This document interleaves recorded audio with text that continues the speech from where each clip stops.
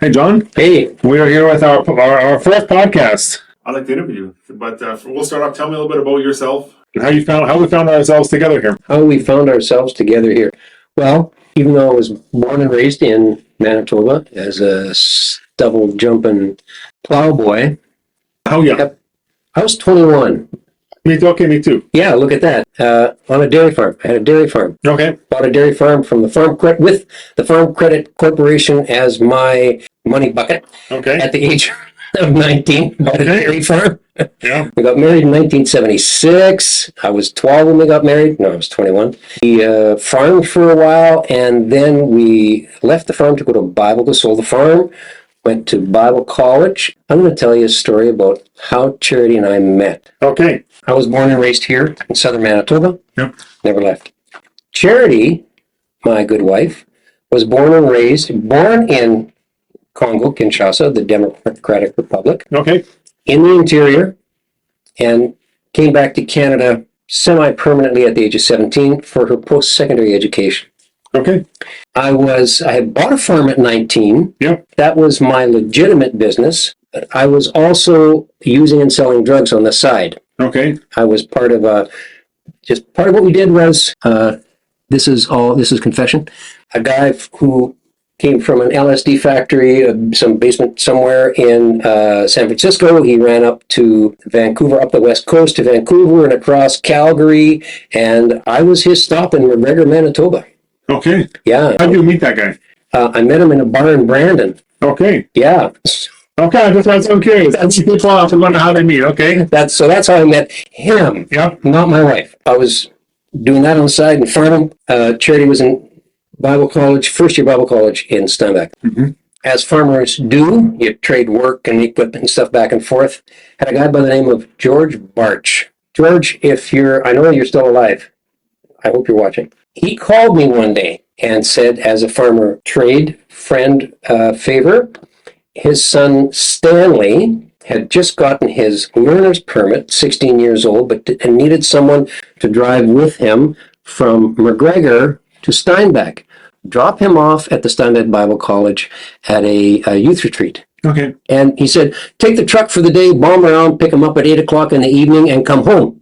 And I was about to say no because that was supposed to be Saturday. Friday night, some friends of mine were coming out with a kilo of mescaline. I lived out in the country, nice and quiet. We were going to cut it up for sale and have a party. This is, again, confessions. And I was about to say no. Daniel, I was in the house by myself in the country, and I heard an audible voice behind me say, go ahead, it might be worth it. okay, Freaked me out.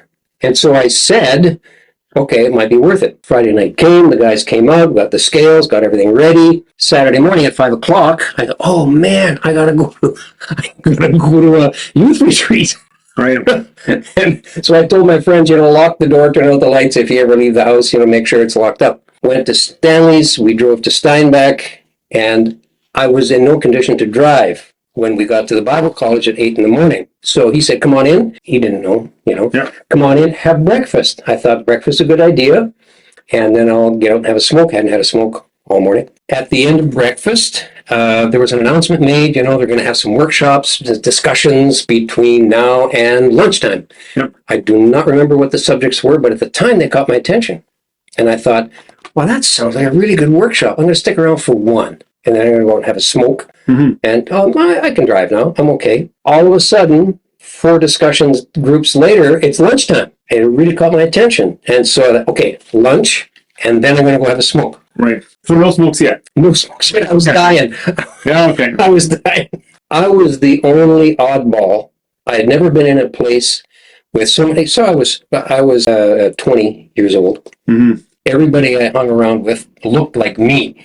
A little bit gaunt and long hair and had to walk and Yep. all that kind of thing. All these people, a couple hundred people, basically my age, Now, what year was this? 1975, 75. Okay, 75. so 50 years ago. February, yeah, 50 years ago. February 15th, the day after, no, February 14th, the day, Valentine's Day. Everybody, white walls, like me and you now, Yep. smiles on their faces, everybody looking like they were actually awake. And was the oddball. Kind of freaked me out. Anyway, after lunch, I'm going to go have a smoke. walk out, and in front of the gym, the big foyer with a glass wall that looked into the gym, big glass wall into the gym. And in the gym, they're playing half-court volleyball and basketball and floor hockey. In front of the glass wall is two tables like this, the fold-out tables. Sure. On one side, on each side, there were 3 students from the chess club playing chess. So there were 6 students and 1 professor walking back and forth, playing them all and beating them all and coaching them and stuff. And I enjoyed chess, so I thought, I'm going to watch this for a little bit and then I'm going to go and have a smoke. All right. So I'm leaning up against this glass wall, watching the professor do his chess miracle. Yep. And out of the corner of my eye, Daniel, I caught a glimpse of a flash of long blonde hair and long legs diving across the volleyball court, going for a dig. Yep. And I said to myself, Self, I need that phone number before I leave. And so I hung around until after the sport time, and I saw Charity visiting with somebody who I knew vaguely. I knew who he was from my hometown, McGregor. Yep. And she was talking to him like that. And I said, oh, hi, Sheldon. Hi, my name is John. And that's how I introduced myself to Charity. I just kind of butted in. Long story short. I cleaned up my act, gave my life to the Lord, walking in a brand new life. What, was that from that event or the other? No, there were other. So Charity, being a missionary girl from Africa, the habit was you never date one-on-one. You always date in a crowd. Okay.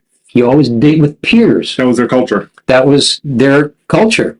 And so we never went out until we had really been dating for a while, until almost like we were almost engaged already before we started really going out, just the 2 of us. And so we're always going out with Bible college students.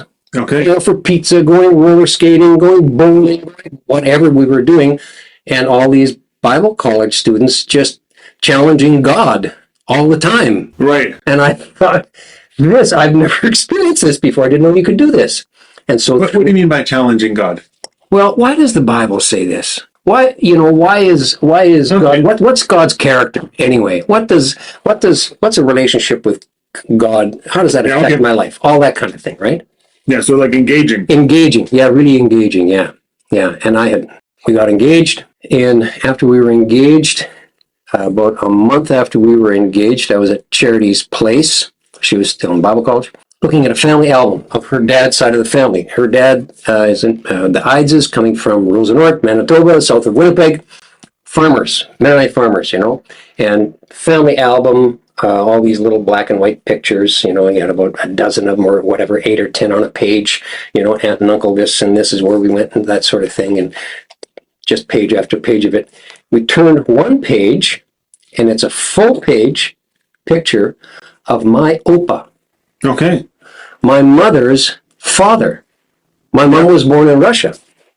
And the picture was from Russia? No. Okay. The picture was from Winnipeg. Okay. My Opa, always three-piece suit, and he's an MBer.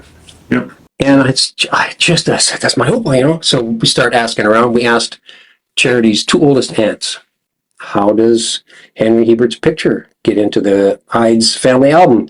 And they saw the picture and they said, oh yeah, we remember them. They lived with us in the winter of 1926. Okay. My mother was 2 years old. That's when MCC was gathering money, Canadian and U.S.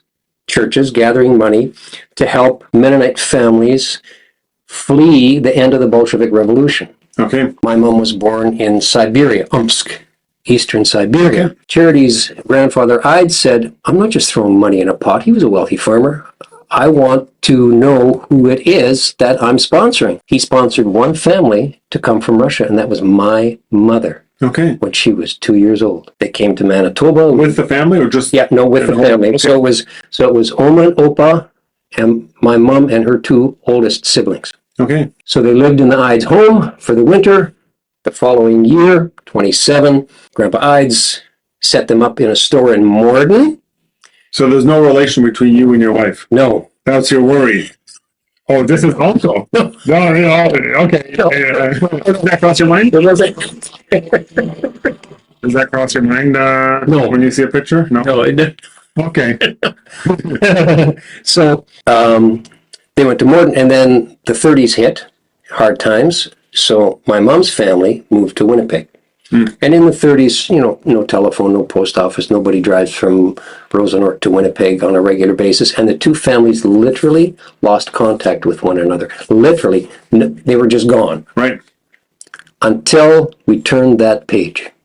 And then they're back. And now, all of a sudden, boom. When two vectors of the universe intersect, there are consequences. And I was leaning up against that glass wall, and I am not kidding you, the moment I caught that glimpse in the corner of my eye, that was it. You remember that moment? Daniel, it's clear as day. Right. I'm not kidding you. And then most people have probably, for example, there was a study done with like 10,000 monks trying to become present. And they would define present as where time stops and you can remember every detail of the moment. You know what you smelled, you know what you looked at, you know what you're leaning on, you remember what you're wearing. Yep. And so these monks would meditate and they would maybe become present 2 or 3 times a decade for 10 seconds. So it's not worth it. It's too much work to become present like that. For 10 seconds. And I remember when my son was born, I was very present at that time. Yeah. And one of the things that is needed to become present is a high level of anxiety and an unknown future. And so when your son is born, you don't know what's going on. No. So the unknown future, and then anxiety becomes a blessing because it allows you to become present. Yeah. And so many people become present if you see someone playing volleyball, or someone dies, or someone's born, or you have a car accident where it's an unknown future and you're very present. It's very slow motion. Yeah. You think like, okay, I remember what happened here. Yeah. And then I remember I was disappointed when my daughter was born. I have 3 children. Yeah.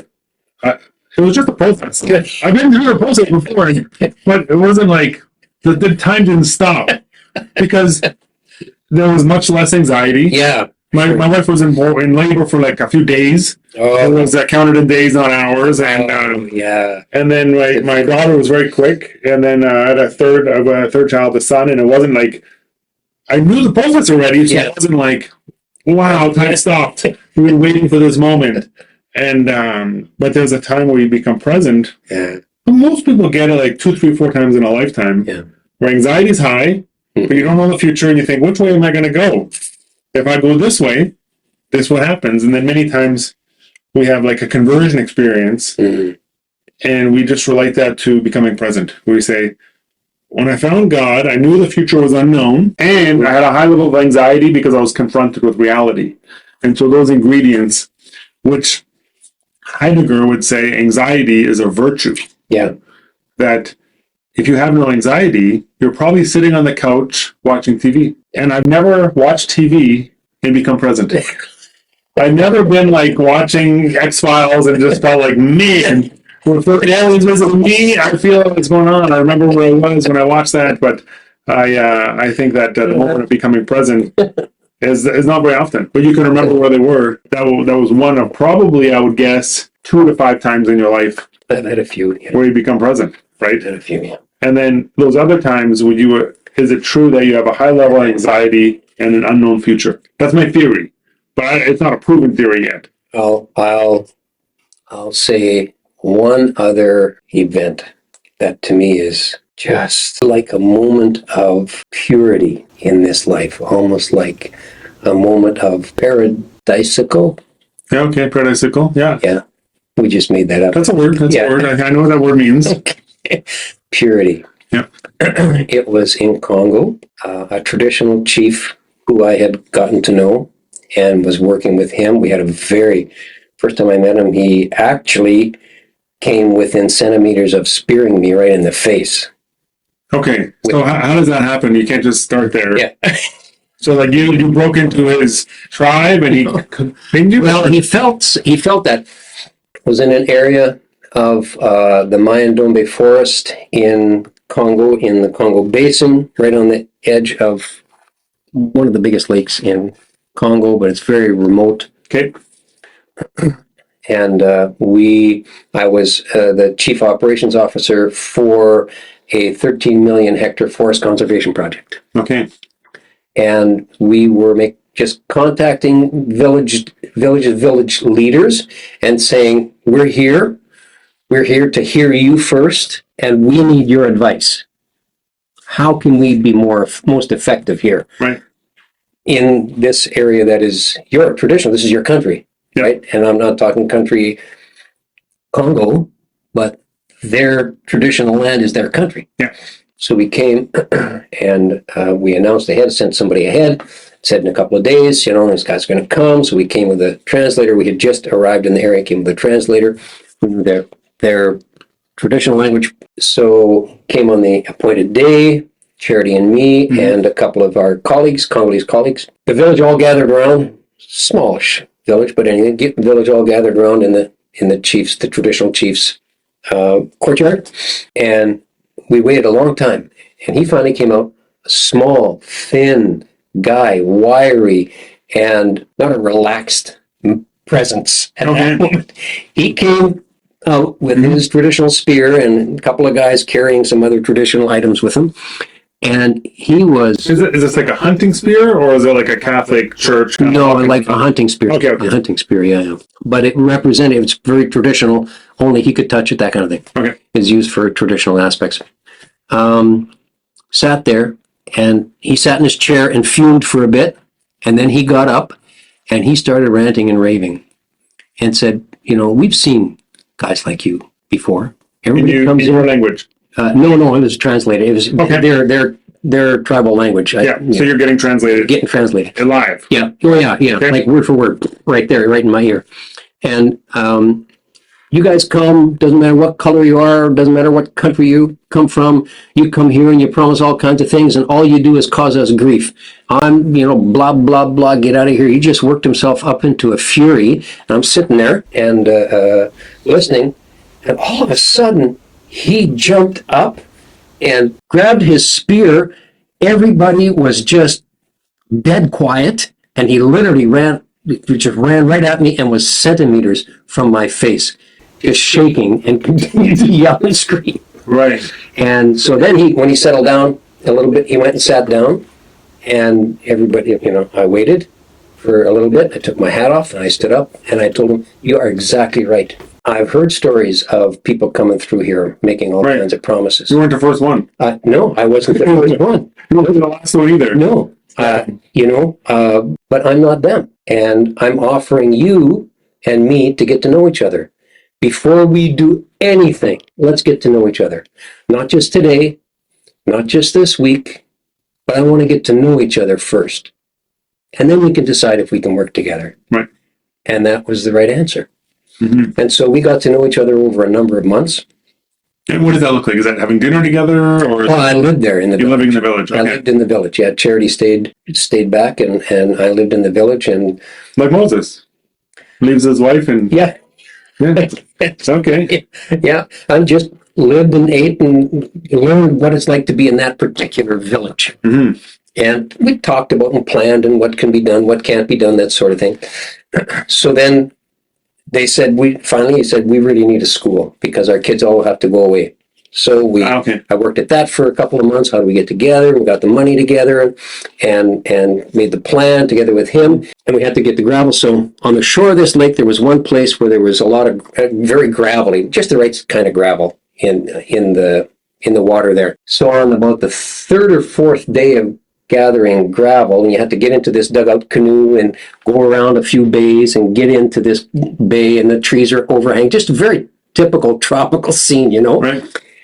And we went in with one load, and as the canoes were loaded up with gravel as much as they could handle, and they were going back, he just said to me, "No, we'll wait here for them." And the two of us just lay down on the sand on the edge of the water, just lying there like this, talking like old friends, like we had always. And you spoke the language now.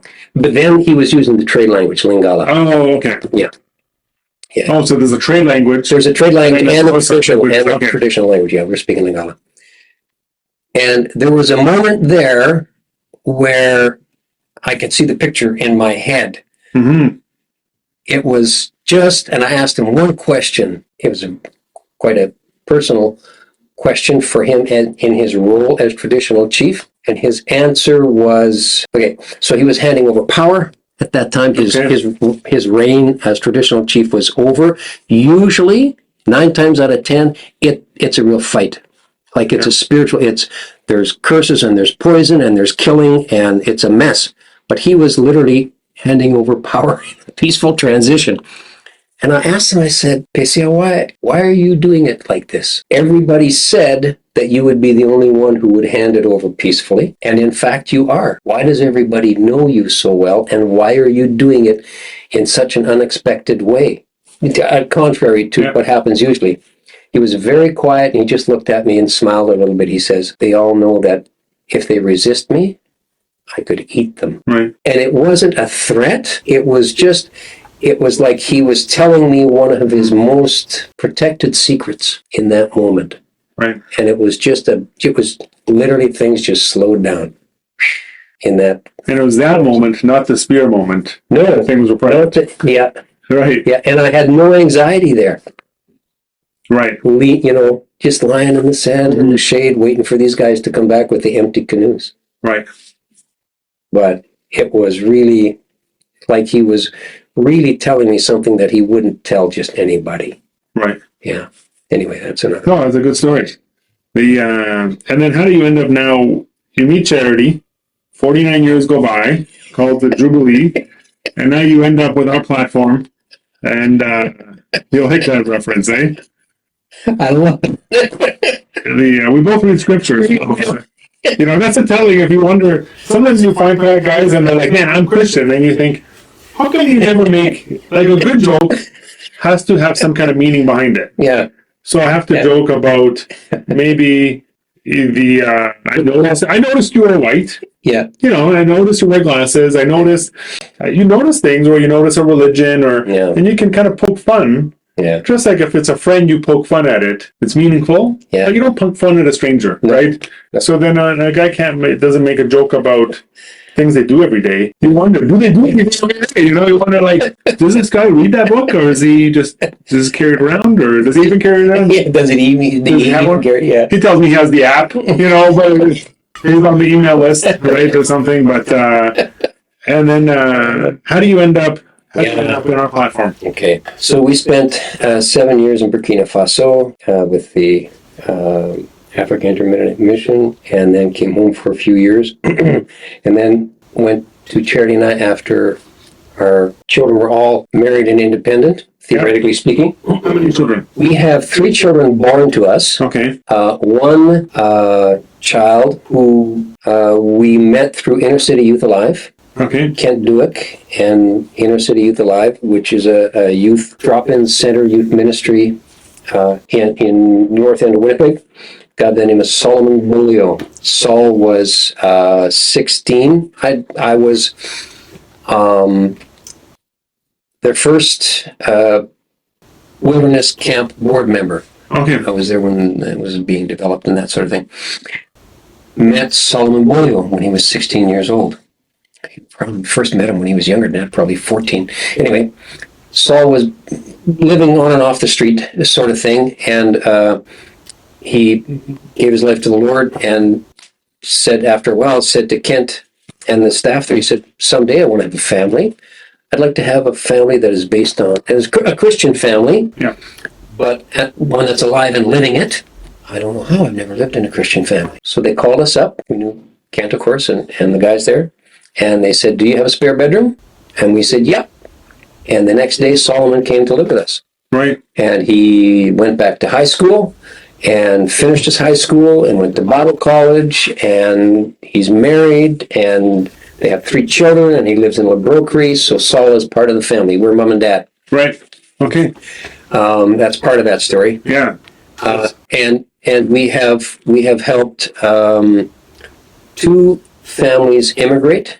Okay. From Congo. One family lives in Portage-la-Prairie, one family lives in Steinbach, and a third family who we have known for, the wife of this family, her name is Bayou. She is the daughter of a very good friend of ours Okay. in Congo. So we're working at getting her and her wife and their 3 children immigrated to Canada. Currently doing that. Currently doing it. Yeah. Okay. So that's our family. So you started, I interrupted you, said, Yeah. when your kids were all independent, Theoretically. now when Our 3, Solomon, Evan, Lisa, and Karis, who we had at that time. Charity and I went to Congo for 1 year. We were going to go for 1 year, 2005 to 2006, as international election observers, okay, and we stayed for 15. okay, So we're out in Congo in 15, working with the Mennonite Church. We were working with the church, and they didn't have any money to pay us, and so we got jobs there. That's what the job thing was, so that we could stay and work with the church. But 2 of our family members were critically ill. okay, One was our son, his daughter, when she was 12 years old, she became ill, critically ill. And she struggled with that, wow, man, it's hard. We just buried her. mm-hmm. The age of 18.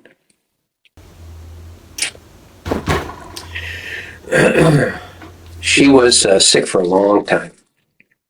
And our daughter, Lisa, in October of 2019, at the very beginning of COVID, got COVID. Okay. She went to an international conference in Banff, and there were people from China there. Yeah. At the time, nobody knew anything. They didn't even have a name for it, blah, Yeah. blah.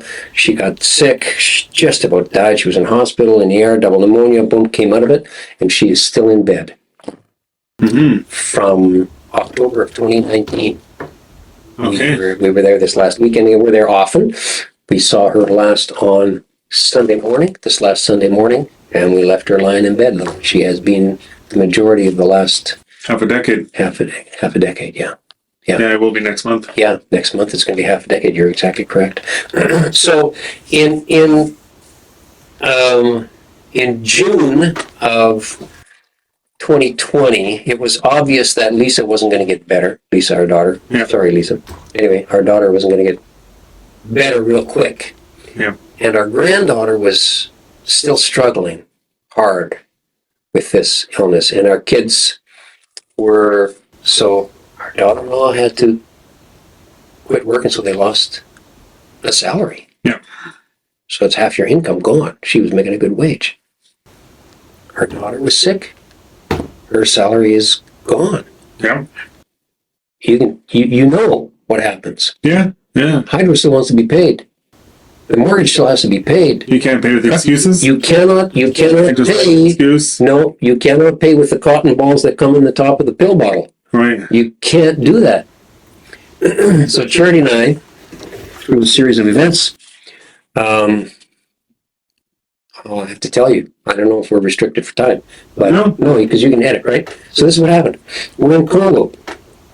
We were coming home in June of 2020. So you're still in Congo in 2020. 2020, yeah, we were Okay. in Congo 2020. We were, it's lockdown time, Yeah. and there was an opportunity for us to get out. The Canadian government had chartered a plane together with the U.S. government, had chartered a plane to get, so people can get back to Canada. We thought, we didn't know what was going on. Lisa was still really sick. Our granddaughter was still sick. We thought, let's take the opportunity. We could have stayed in the bush, but well, let's go see the family. So June, we had to get out of the interior was a job in all itself. It was a real rigmarole to get out. We finally got out of the interior into the capital city, Kinshasa. We got in there in the evening. The following morning, 6 o'clock, we were going to go to the international airport and fly out. 3 o'clock in the morning, I had a dream as clear as a vision. I'm standing in our son's front lawn, on the front lawn. They have an acreage out there. And our daughter-in-law standing there with me, and she says, "Hey, Dad, you're going to be around for at least 3 weeks. Who knows what's going to happen, and if you can get back or whatever the case." Their son, our grandson, had just gotten his learner's license. Okay. Do you want to drive around with him and help him get used to driving and that sort of thing? I said, "Of course. We're here. What am I going to do?" That was at 3 o'clock in the morning. It was so clear. I woke up and I don't know why it hit me. Well, of course I know why, but it hit me in such a way. I woke Charity up and I said, when we go home, we have to start making preparations to retire. We have to retire from our jobs and our work in Africa, and we have to go home. Our family needs us. So of course, we didn't sleep after that. We finished packing at 6 o'clock in the morning. We're heading for the airport. We were at a guest house that had Wi-Fi, a satellite Wi-Fi. As soon as you leave the guest house in Kinshasa, as soon as you leave the guest house, there's no phone, there's no Wi-Fi, there's no cellular, nothing. So we were just, as long as we were there, we had connection. Yeah. Put the bags in the back of the van, get into the van, shut the door. I got a text. I look at the text. It's a text, Daniel, from my daughter-in-law. And the text said, Dad, you're going to be home for a few weeks. Do you want to drive around with Emmanuel and teach him how to drive? Nice, eh? Exactly word for word what I had dreamt 3 hours earlier. Right. Had I not woken Charity up and told her, I myself would have thought. You might not believe it. I might not believe it. Right, because you don't know. Yeah, you don't know. Am I still dreaming? I see that all the time. I say, did I lock my car door? No, right? Yeah. So I showed her the text. Boom. That was it. So we came home in June and we told the kids, we're retiring. We're coming home as soon as we can. Yep. Got back to Congo as quick as we could. Actually, it was interesting, but we got back quite quickly. Yep. And I spent the next 6 months until January of 21 training my right-hand guy to take over my place in the project, in the conservation project, working with the church, handing off responsibilities. And we were back in Canada January of 21 and January 29th, I believe it was, or 21st, something like that, 2020. Okay. So that's how that happened. So we get home and we see that our kids, because of these critical illnesses in their families, were financially devastated, emotionally and spiritually and physically as well, but financially devastated. So we had a reasonable retirement plan set up. Okay. And so we took a good chunk of our cash value retirement plan and shored up those two children, well, actually, and a third as well, so that the kids could have a home, so they could stay in their homes, so they wouldn't be living in a van under a bridge or in somebody's basement in Manitoba housing. And so that turns our retirement plan upside down.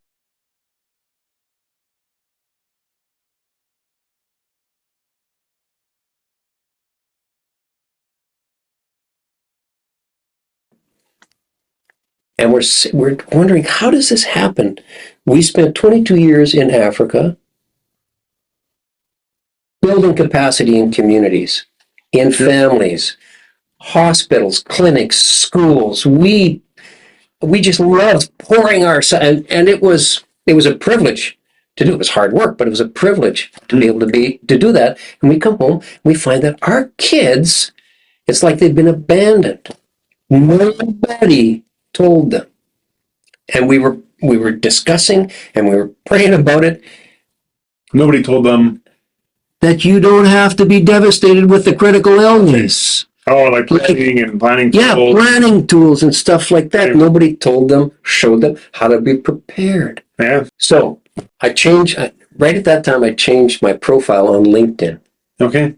And a guy who had been following me, on and off, Darcy Laniak in Edmonton. He saw that I had changed my profile, retired back in Canada, now what? Question mark, boom. Yeah. He contacted me, sent me a message on LinkedIn and said, we are looking for people like you. Right, because you're back here. We got a campaign. And we need people who know how to pour their life and time and energy into people. Mm-hmm. So we made the contact and the connection, and that's how. And then started off with just the WFG platform. Yep. And I saw the WFG platform. I just loved it. Said, man. What is unique about our platform that's worth loving? Like for example, let me rephrase the question. I was at Scotiabank. I just changed my mortgage over to these guys, and they have a platform. Yeah. They have a beautiful building too. Yeah. I've been to Steinbeck Credit Union. They got the heliports on every bank.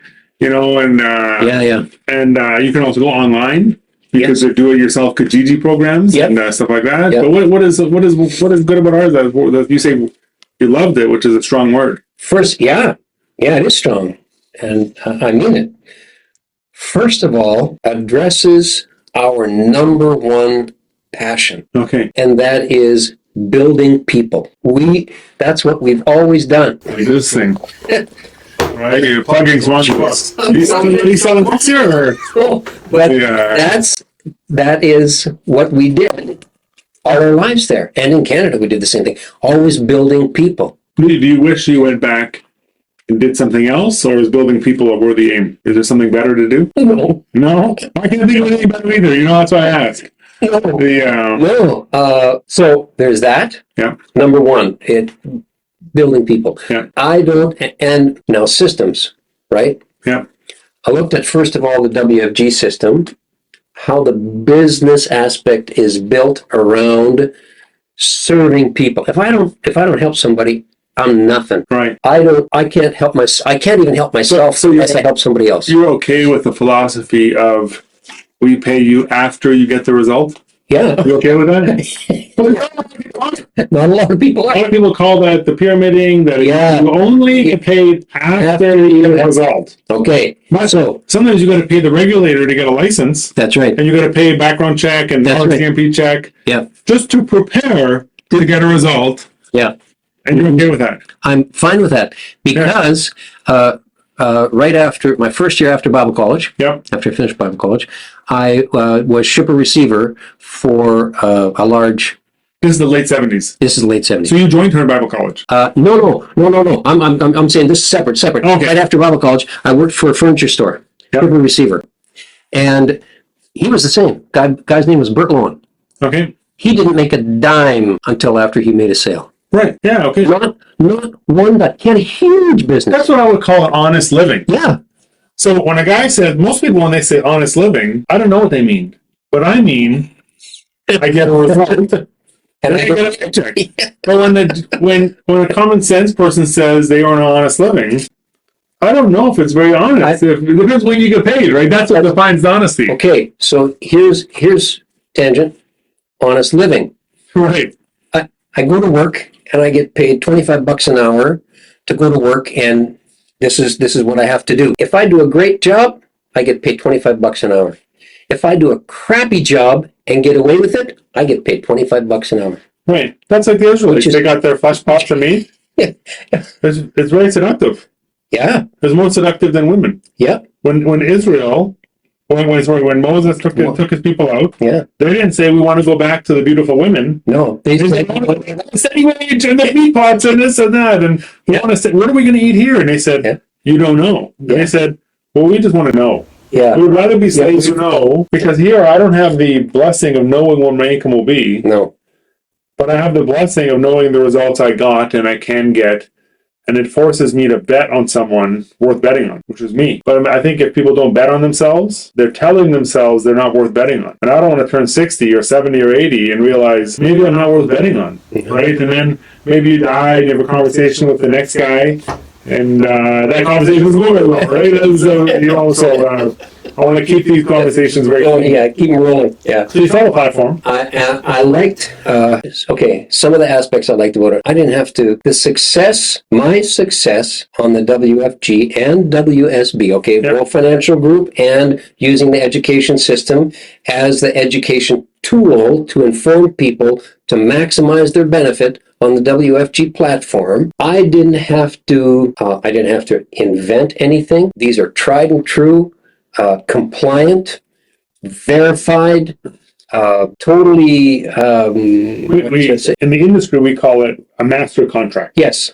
So when I get contracted, I have a master contract, Right. which auto contracts me with most everybody. Right. Yeah. Not everybody has a master contract. No. If I go independent, I just got to go negotiate everybody. Yeah. And then how did you find negotiating with each provider you pay? Yeah. Did you not do that? No, I did not do that. You didn't do that? You didn't call Manulife and say, can I meet you, the executive, on to negotiate my pay? I'd like to It's all a part of the master contract. Yeah, yeah. Correct? But a new guy doesn't know how to do that, correct? No. And if we're all about the new guy, we can't be like the master negotiators. And Teaching someone $5 to pay. $5 to hold a donut. The executive of Manulife, He's trained. or Equitable or Ivari is not going to meet with everybody.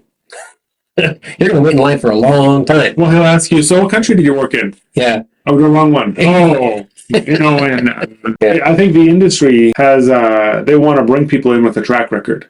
Yes. And whether they're considered a candy company or considered an independent company or a traditional company, they look at your resume, they look at your AUM, they look at your friendships, they look at your credibility, and they see if that's monetizable. Yeah. But they don't look at your dream and figure out if it's monetizable. Yeah. Because we have a lot of guys with no resume. I came with no resume. My resume was negative. It was a liability. You were in construction. Oh, I was not even in construction. I had no job. I was currently contracted with Vector Marketing selling Cutco knives, and I met someone, and they said, "You should go. Why are you selling Cutco knives? Why do you have a binder on the desk while you're selling?" And I was reading it. So, how do you think that cuts? And Yes. the guy says, "They're telling me, why don't you memorize the script?" I said, "Man, I don't. This is easy, okay?" And the guy said, "Go check this out." So I ended up calling every office in the city, and one guy called me back, and I met with him on a Tuesday, and then on a Thursday I got started, and then I met with him on a Friday to get my license going, and he said, we got to make 10 appointments, we got to make 10 calls before we sign you up for licensing. Because if you can't make a call, we don't want to find out after you've done 40 hours of studying. We want to find out now. So then I said, okay, so I make a list of 10 people and then call them. Yeah.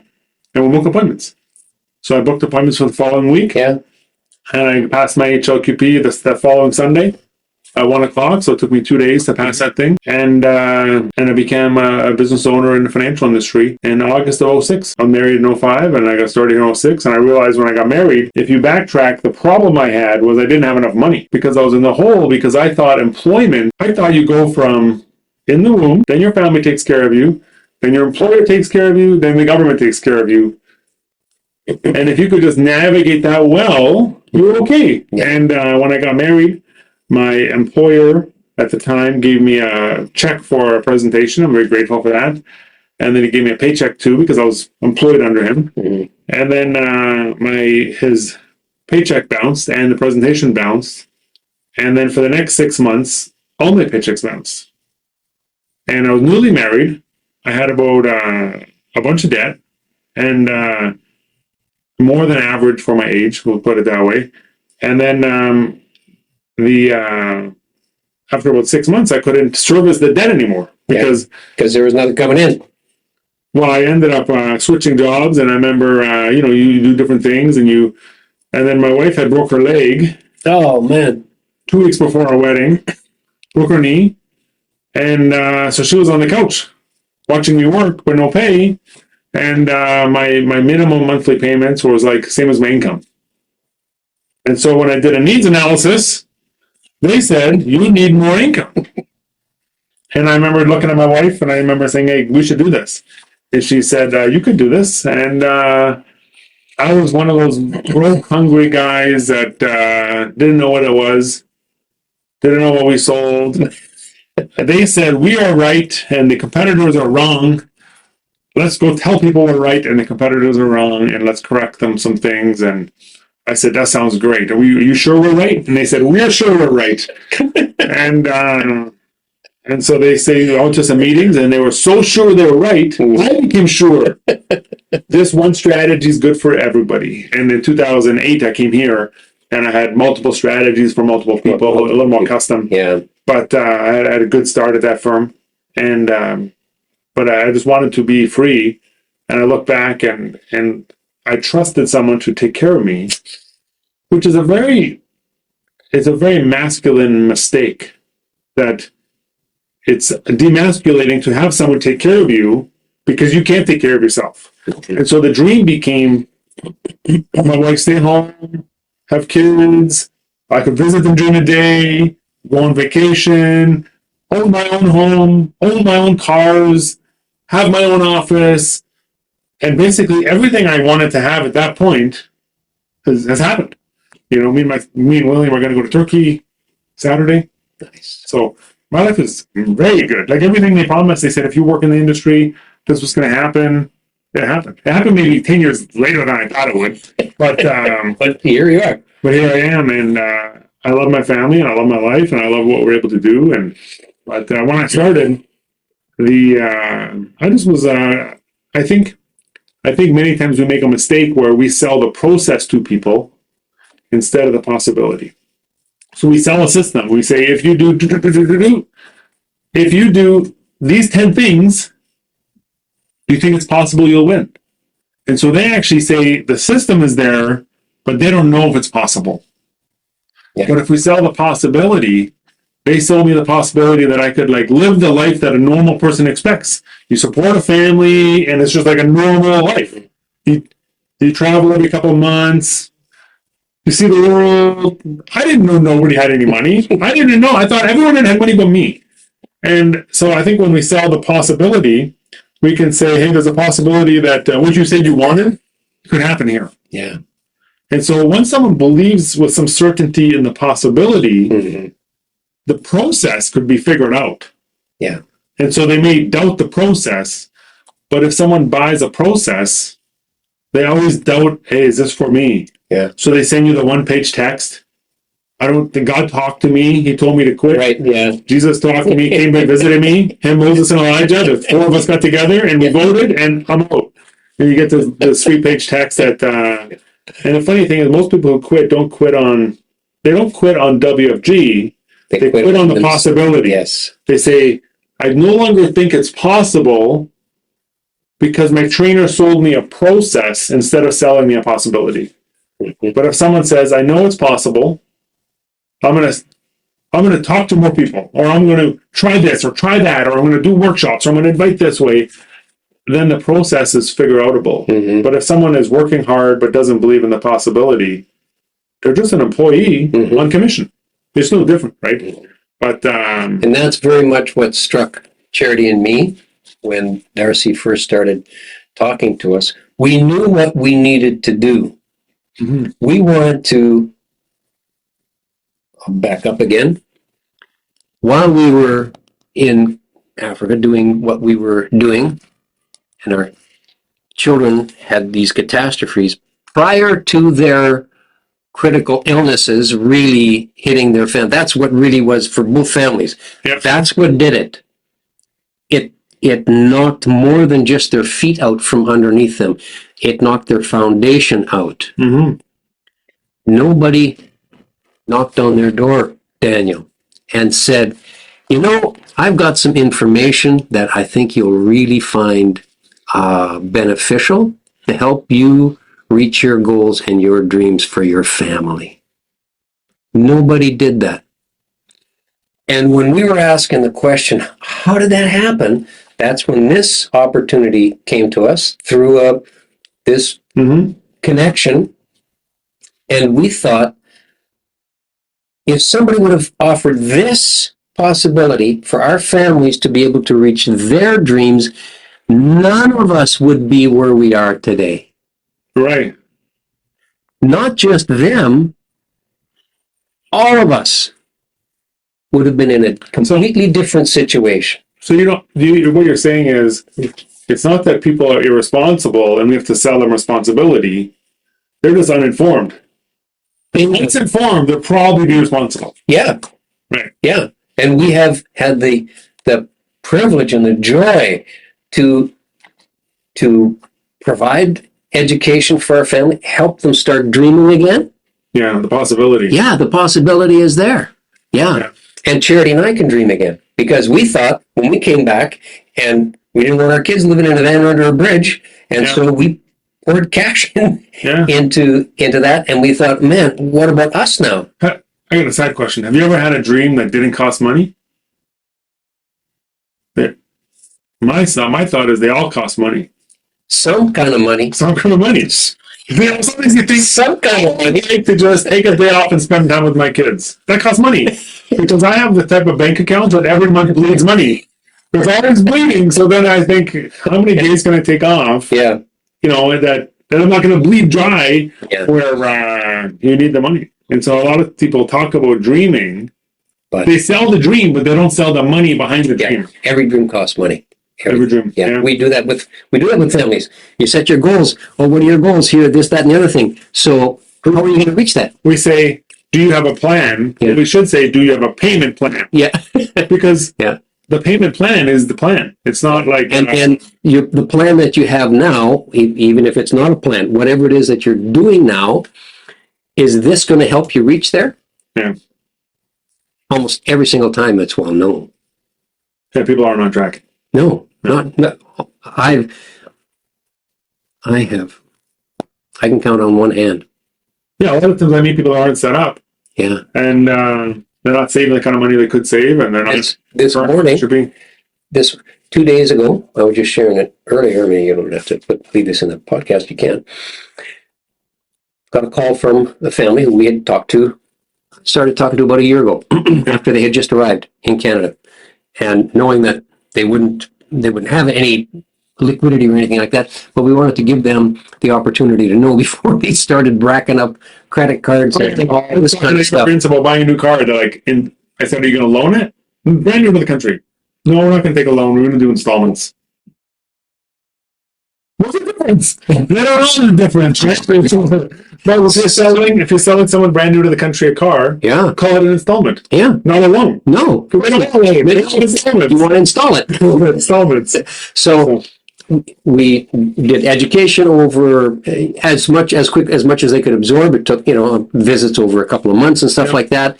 And they were thinking, so they had got to get jobs and get established and stuff like that. 2 nights ago, get a phone call from this couple saying, we're ready now, come tomorrow. Yeah. So yesterday I went, reviewed the education because we had left them the SYF book and the workbook, and we reviewed and stuff, and they knew almost exactly what they wanted and what they could afford. Right. Right now, they can't afford what they want to do is they have 5 kids. Okay. One is just 2 months old. Yep. They want to set up with their salaries are enough to cover all their expenses and have a little bit left over at the end of the month. Yep. They're going to take the child tax benefit for each child and put a portion of it into a whole life policy for each child. Okay. And with the little bit that's left over from their salaries, they have some discretionary income there, about $120. They're going to do just 10-year terms with CI for each of the parents. Yep. And they got it figured out. In 3 years, they're going to buy a house. Yep. So they'll have enough insurance to cover the mortgage on the house. And at that time, their salaries they'll be established enough that their salaries are going to be on track, that they'll convert that to whole life for themselves. Right. They'll be young enough. They'll still be 50, but that's okay. That's maximum. I told them don't go past that to go to a whole life, or it's going to cost you too much and not worth it. So that's what we're doing today. After I leave here, I'm going there. Okay. 5 child whole lives and 2 T10s. You're a paperwork man. You need an assistant for that stuff. You need to say, please cut all the apps so I get there in your own signature pages. No, they said we want to see how it's done. Yeah. So we're going to take several hours, and the 3 of us, I should say, and we're going to build them, and they're ready. But I own 5 whole lives. I was just thinking. Yeah. I own 5, but I didn't do them all at once. I did them. Yeah. But they're in this situation where they've just arrived a year ago, and now they're just getting used to this fun. And when they started they came with PR, and so they started getting right after 10 months, they started getting their child tax and all the back pay and stuff like that. So they got this chunk of money. We've been talking with them. Don't blow it. Hang on to it. Let's make a plan. Don't. People have extra money, correct? Yeah. You know how I know? Go to Costco. Okay. You ever been to Costco? Yes, we have a Costco card. When Costco doesn't have parking, no, and they have traffic lights, and you think, when I go to Costco and the lineup's to the back, I got to tell my 5-year-old, like, can I just put you in the cart and leave you in line? And then you just scoot forward as the line goes forward. And it's like the big escape room. I have a list. Me and my son got to get the list done before we leave. Yeah, but they have money. We bought a Costco card. The main reason was for my glasses. Okay. I went to an optometrist downtown. They were going to charge me like over $1,000 for the kind of glasses that I wanted. Right. I wanted something with a little bit of color in my face and that sort of thing. And But the ones that I wanted were going to cost me over $1,000 by the time it was done with taxes and whatnot. And I checked out Costco. These with taxes, very close. It's a Costco look, but that's okay. Very close to what I wanted for less than half the price. Right. So said, I got to get a $30 Costco card. A lot of times people wonder why I wear white glasses. I have a pair of black glasses. Yeah, I know you do. Yeah. I have a pair of, probably have them here. I've been traveling. I could actually switch them. Yeah. But most people don't know. It's the same look. Yeah. But these ones are actually fading and they're coated with black. Oh, yeah, I see. Yeah. It's coated because you're sweating and all. Right. Yeah. And so if they're coated with black and they wear out, they're actually blue plastic underneath. The white ones is pure. There's no paint on it. And there's Zenny glasses. Oh yeah, you got Zennies. Yeah. $12 a piece. Yeah. So I got white, yellow, black, clear. Yeah. They're the right frame. I did the test that said this is the shape of your face. Your eyebrows are huge, so you need like this shape and whatever. And then at $12 of glasses, I went like jet skiing, and they're like, "Are you gonna wear glasses?" And I said, "I got the ones I don't like." And so I go jet skiing, and we're playing, and I lose them. And I say, "That's fine. It's the same price as a beer." Yeah. I didn't like those glasses, but I don't want to be jet skiing. And you can't see the beautiful. Yeah. You can't see anything. I know. You're like, so I gotta have glasses. Yeah. Otherwise my brain can't focus because they're just like. Yeah, squint. Yeah, you're wondering. Yeah. Yeah, I mean, like, get out of bed. So it's sidetracked. So you like the system. You talk about the platform makes sense. Mm-hmm. Other people have diversified products. You could go independent. You could be an independent guy. What's so unique about WFG as opposed to just you becoming an independent? I've done back. In Congo, one of the things I did, so I set up a logistics center for 32 companies. Okay. That when I got shipping center. Is that what a logistics center is? It was, supply chain management. Yep. Logistics, shipping, receiving, import, export. Okay. And all the database for all of that. Yep. It requires a phenomenal and a construction company to service those 32 companies. Right. 120 some odd employees in the construction, the full-time and some part-time in the construction, and about 27 full-time in the logistics supply chain department. The back office is heavy to figure all that stuff up, all the paperwork, the billing, the receipts, the paying, the payroll, the paperwork for the. What do you say if someone says WFG has too rich of a back office? They have 300 staff, whatever they have in Atlanta. They're just sitting on money getting rich while all the workers like me do all the work. Do you believe that? No? Daniel? You don't. I'll use a phrase that we use to people who we offer free education to. Right. You don't know what you don't know. Right. Back office, if you have never been in charge of a back office, if you've never worked in a back office, and you make that statement, I just kind of, you'll be okay. It's okay. Right. I feel sorry for you. I assume our back office has lots of turnover too. Oh, for sure. Because it's a regular company. It's just a company. That's turnover. Yeah. The training program. Yeah. There's a handful of guys I know have been there a long time. Yeah. And then what do you like about our system? Well, it works. It's tried and true. It's not been. There's a lot of things I like about the system. I don't have to invent it. I've made systems. I said earlier, like I've made systems from scratch. It's a lot of. You make a system from scratch. You don't know if it works. You don't. So you have to test it. Because making a system like scratch is like Facebook ads. You got to do 10 ads. Mm-hmm. Oh, this one's the best one. So you break that one back up and you retest it, and you break it back and retest it. Constantly and assess, review, analyze, modify, trim, filter, put it out there. Assess. It's a constant. It's a lot of work. It's just a lot of work. Now I enjoyed it. Right. That's what I did, and when I saw this, it's not a static system. It's a system that works because It's almost like, I don't know, it sounds maybe cheesy, but it's alive. I think what's unique about our system and is that many people have a system to sell. You say this, you Right. you have a little tree branch system. Yeah. Everyone should get very good at that. It's very profitable. And then you have a system to recruit. You talk to this guy in this way, da da da da da. He gets, but almost nobody has a system to build. Nope. To say, how can we build a guy with no confidence to have confidence? Yeah. Well, do we put you in front of? I don't want to put someone untested in front of my team. No. He could test his own team. But if the guy says, "Well, I don't have my own team," well, you should get one so you could test your leadership skills. And then the new guy comes in knowing less than he should, and he has a chance to learn under someone who's also learning. And I think that the model is so clean. Yeah. That we're not, there's a system that I could improve. Yeah.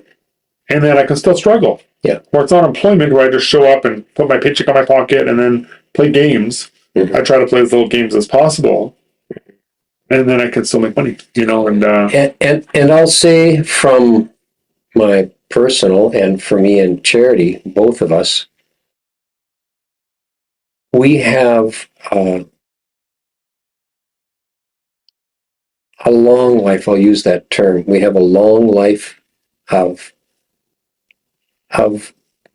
varied experience, and some of that experience in the fields that we were working in were quite intense. We're coming with all of this experience, and I know what works for me. Right.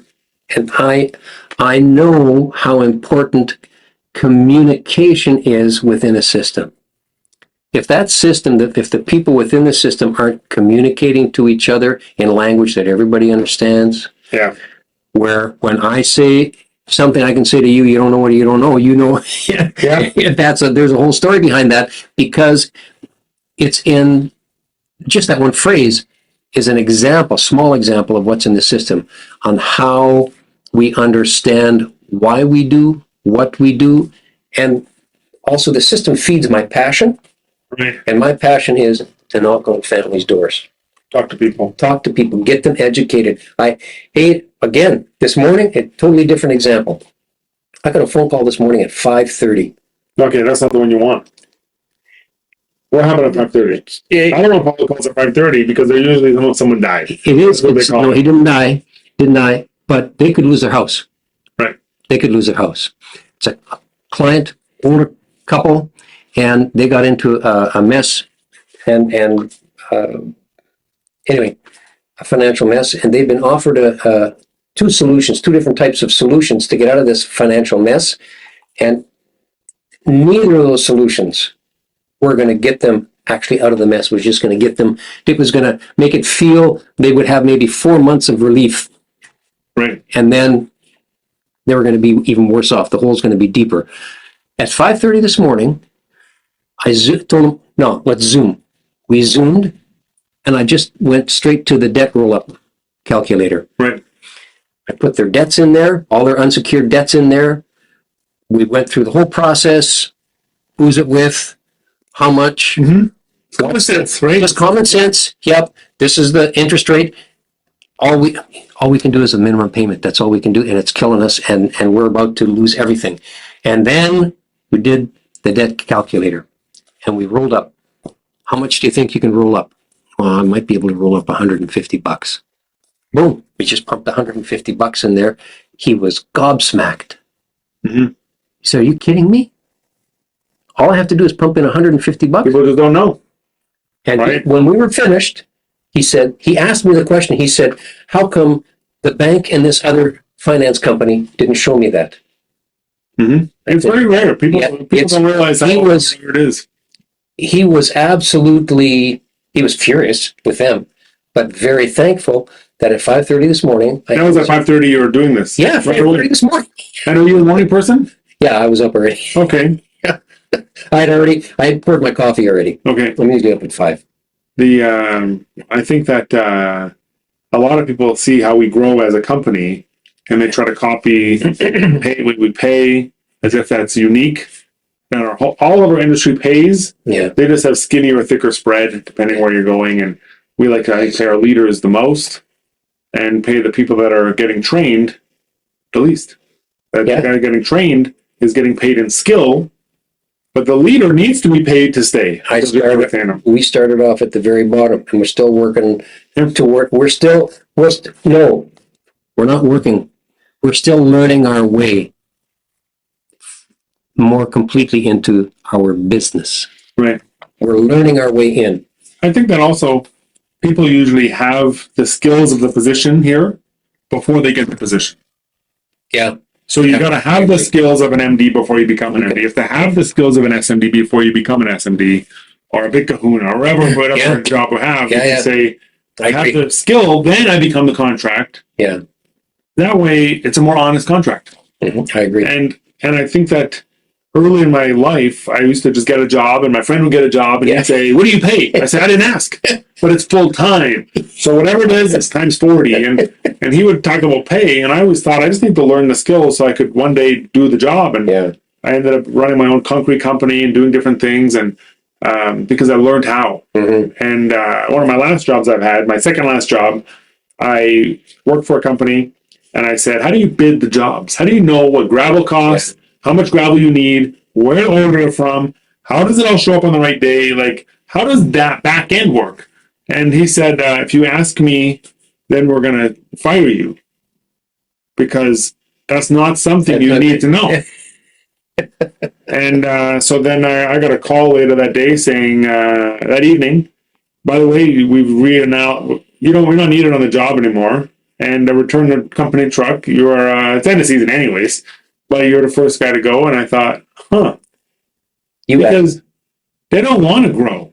They want to grow, through restrictions, but they don't want to grow through freedoms. And a lot of people think they can do WFG better, but I don't think so. But if you could do, I think the one criteria when you see someone do something better than what we do, but don't take from us too.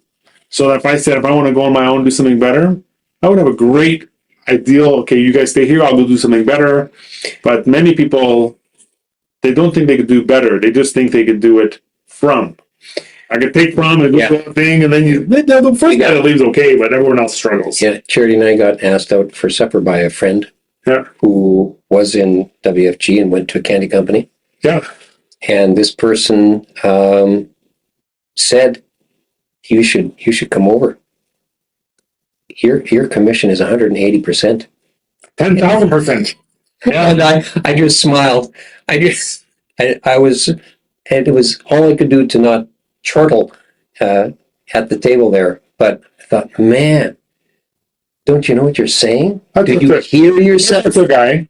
They have an event in Winnipeg, these guys, this weekend, and I'll be in Turkey. Paid for, not by me, so what am I going to do, right? Yeah, right. and they said, well, here's your pay here at WFG. I said, that's not how it works. He's off by 30, 40%. And he was here 15 years, so I say, either he knows and he's making a mistake.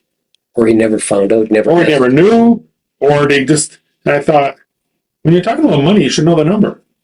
But the guy doesn't know the number. And if I was going to be in a hospital, for example, and I want to recruit the best doctors, and you're the best doctor, I call you up, hey, John, I'll pay you more if you come here.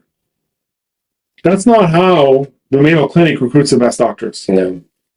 That's not how it works. Mm-hmm. If I'm in a hospital and my wife's giving birth and I tell the charge nurse, I want the best doctor for my wife, and she points and says, that doctor makes $400,000 a year. What does his income have to do with him dropping my baby? And I think the brand of World System Builder and the financial literacy brand of this is what you get when you come here. Mm-hmm. If you come here, and we have a turnover rate that a lot of people come in here, learn about money, but don't stay. Mm-hmm. But they come and learn about money, and they go do something else, and they go build a business, and they go, the possibility of a better life is there. It's just not with us, right? And I like that idea. Mm-hmm. But I think that a lot of the competitors just say our comp is different, but they don't ever talk about the consumer. They talk about us. And It's almost like you have a bitter ex-husband telling everyone how bad his ex-wife was. That, man, ex-wife was bad, don't date her, date me. My ex-wife was bad, don't date her, date me. And when you're that bitter about an ex, Yeah. it's not attractive. No. I don't want to go there and say, everyone who's manufactured me, Yeah. they're now I'm bitter to them or whatever. I'm not ungrateful, but That's good. this is the first podcast Yeah. with John and Daniel.